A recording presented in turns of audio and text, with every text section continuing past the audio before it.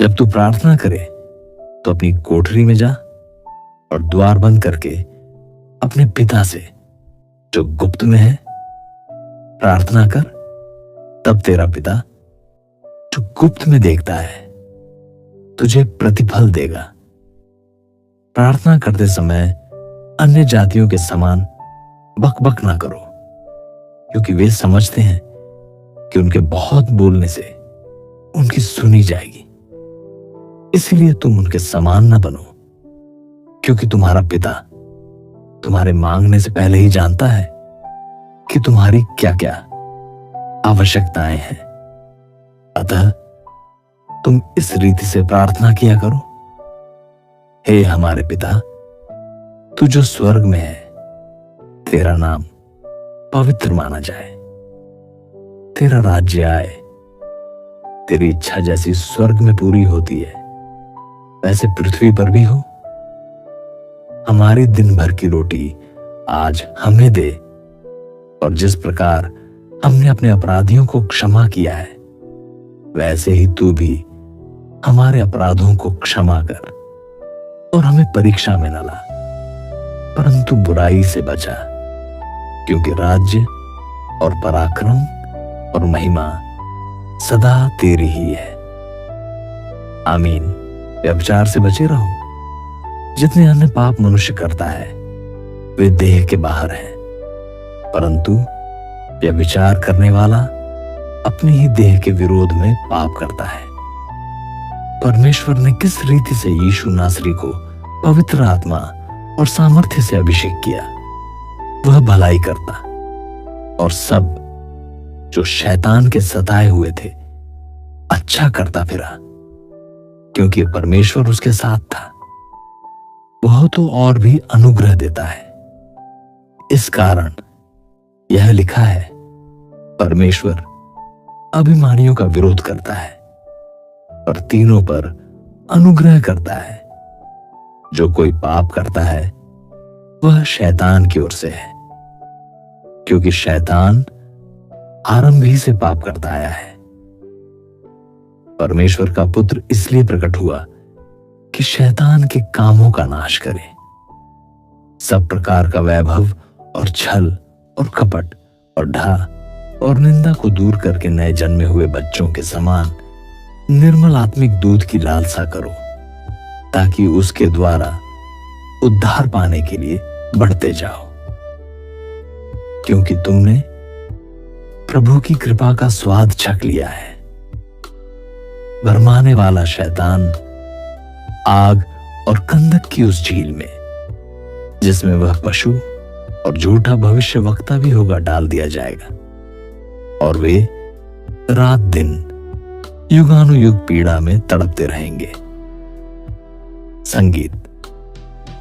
परमेश्वर ने हमें क्रोध के लिए नहीं परंतु इसलिए ठहराया है कि हम अपने प्रभु यीशु मसीह के द्वारा उद्धार प्राप्त करें। अब हमारे परमेश्वर का उद्धार और सामर्थ और राज्य और उसके मसीह का अधिकार प्रकट हुआ है, क्योंकि हमारे भाइयों पर दोष लगाने वाला जो रात दिन हमारे परमेश्वर के सामने उन पर दोष लगाया करता था, गिरा दिया गया है। क्योंकि परमेश्वर ने हमें भय की नहीं पर सामर्थ्य और प्रेम और संयम की आत्मा दी है। संगीत। हे भाइयों, यदि कोई मनुष्य किसी अपराध में पकड़ा भी जाए तो तुम जो आत्मिक हो नम्रता के साथ ऐसे को संभालो और अपनी भी चौकसी रखो कि तुम भी परीक्षा में न पड़ो। यीशु का पहाड़ी उपदेश, वह इस भीड़ को देखकर पहाड़ पर चढ़ गया, और जब बैठ गया तो उसके चेले उसके पास आए और वह अपना मुंह खोलकर उन्हें यह उपदेश देने लगा। धन्य है वे जो मन के दीन है, क्योंकि स्वर्ग का राज्य उन्हीं का है। धन्य है वे जो शोक करते हैं, क्योंकि वे शांति पाएंगे। धन्य है वे जो नम्र हैं, क्योंकि वे पृथ्वी के अधिकारी होंगे। धन्य है वे जो धार्मिकता के भूखे और प्यासे हैं, क्योंकि वे तृप्त किए जाएंगे।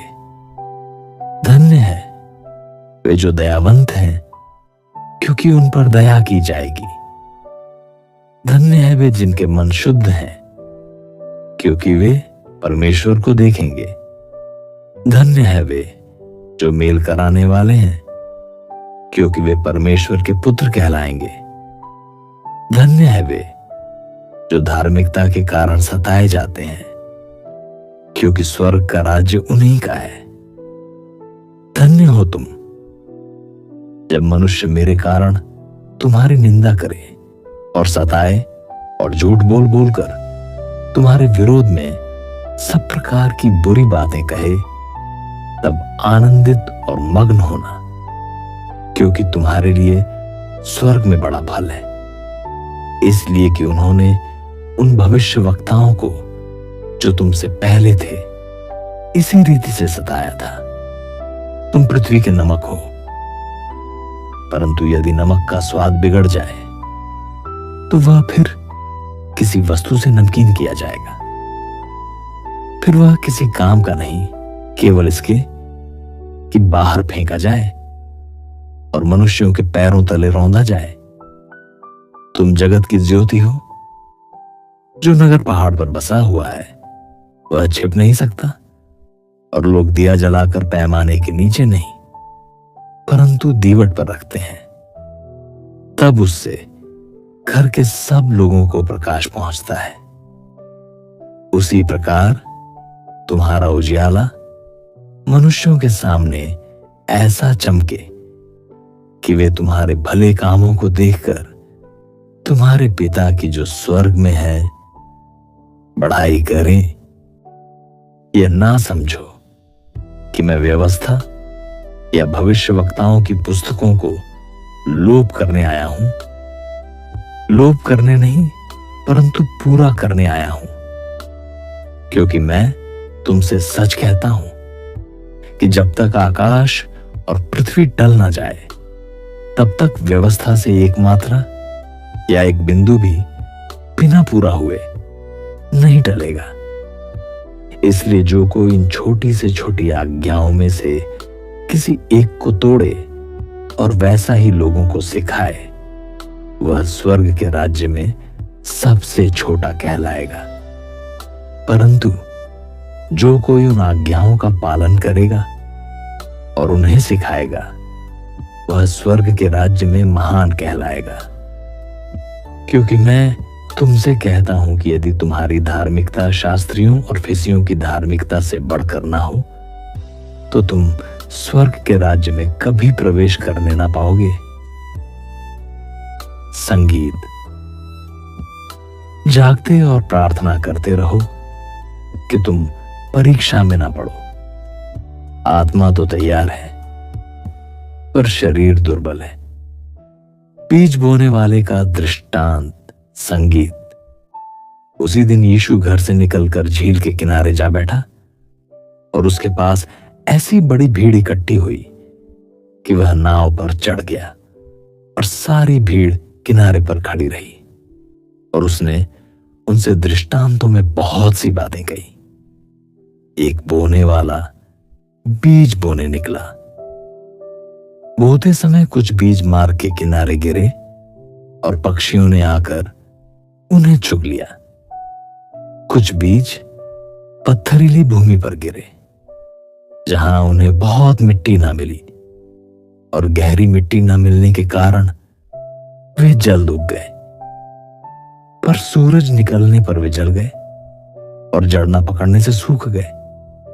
कुछ बीज झाड़ियों में गिरे और झाड़ियों ने बढ़कर उन्हें दबा डाला। पर कुछ बीज अच्छी भूमि पर गिरे और फल लाए, कोई 100 गुना, कोई 60 गुना, कोई 30 गुना। जिसके कान हो वह सुन ले।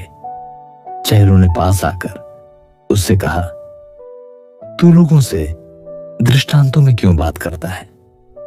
उसने उत्तर दिया, तुमको स्वर्ग के राज्य के भेदों की समझ दी गई है, पर उनको नहीं, क्योंकि जिसके पास है उसे दिया जाएगा और उसके पास बहुत हो जाएगा। पर जिसके पास कुछ नहीं है, उससे जो कुछ उसके पास है वह भी ले लिया जाएगा।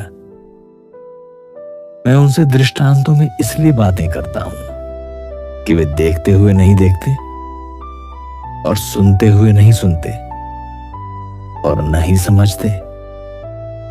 उनके विषय में यशाया की यह भविष्यवाणी पूरी होती है, तुम कानों से तो सुनोगे पर समझोगे नहीं, और आंखों से तो देखोगे पर तुम्हें ना सूझेगा, क्योंकि इन लोगों का मन मोटा हो गया है और वे कानों से ऊंचा सुनते हैं और उन्होंने अपनी आंखें मूंद ली हैं। कहीं ऐसा ना हो कि वे आंखों से देखें और कानों से सुने सुने और मन से समझे और फिर जाएं और मैं उन्हें चंगा करूं।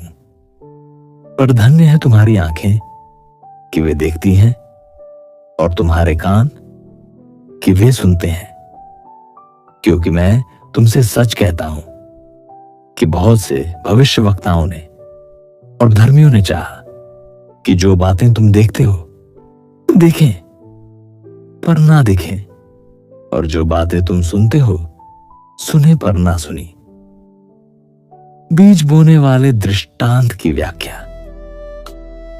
अब तुम बोने वाले के दृष्टांत का अर्थ सुनो। जो कोई राज्य का वचन सुनकर नहीं समझता, उसके मन में जो कुछ बोया गया था उसे वह दुष्ट आकर छीन ले जाता है। यह वही है जो मार्ग के किनारे बोया गया था और जो पथरीली भूमि पर बोया गया। यह वह है जो वचन सुनकर तुरंत आनंद के साथ मान लेता है, पर अपने में जड़ न रखने के कारण वह थोड़े ही दिन का है, और जब वचन के कारण क्लेश या उपद्रव होता है तो तुरंत ठोकर खाता है। जो झाड़ी पर बोया गया यह वह है जो वचन को सुनता है, पर इस संसार की चिंता और धन का धोखा वचन को दबा देता है और वह फल नहीं लाता। जो अच्छी भूमि पर बोया गया यह वह है जो वचन को सुनकर समझता है और फल लाता है, कोई 100 गुना, कोई 60 गुना और कोई 30 गुना। मिलागा।